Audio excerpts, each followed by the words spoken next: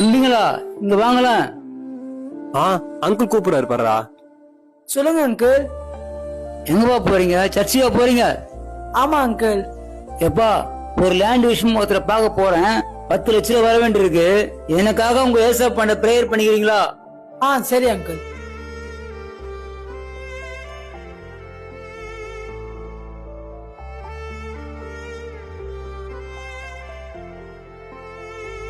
டேய், அந்த அங்கிள் அவருக்காக ப்ரேயர் பண்ண சொன்னாரு, பண்ணியா?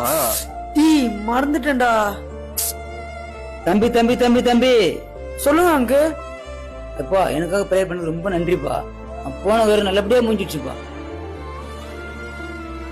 டேய், நம்ம தான் அவருக்காக பிரேயர் பண்ணலடா, எப்பற அந்த காரியம் நல்லபடியா முடிஞ்சிருக்கும்? டேய், அந்த இடத்துல விசுவாசம் வேலை செஞ்சுக்குது, அதனாலதான் அவருக்கு அந்த காரியம் நல்லபடியா முடிஞ்சுக்குது. எனக்கு புரியலையடா. டேய், ஏசப்பா கிட்ட பிரேயர் பண்ணா நடக்கும்னு விசுவாசிச்சு நம்மகிட்ட சொன்னார் பாத்தியா? தம்பிங்களா, எனக்காக ஏசப்பா கிட்ட பிரேயர் பண்ணிக்கோங்கன்னு. அந்த விசுவாசம் தான் அவருக்கு வெற்றியையும் சக்சஸ்ஃபுல்லையும் குத்துக்குதுடா. டேய், அவர் தான் இந்து ஆச்சு, அவருக்கு எப்படி நடக்கும்?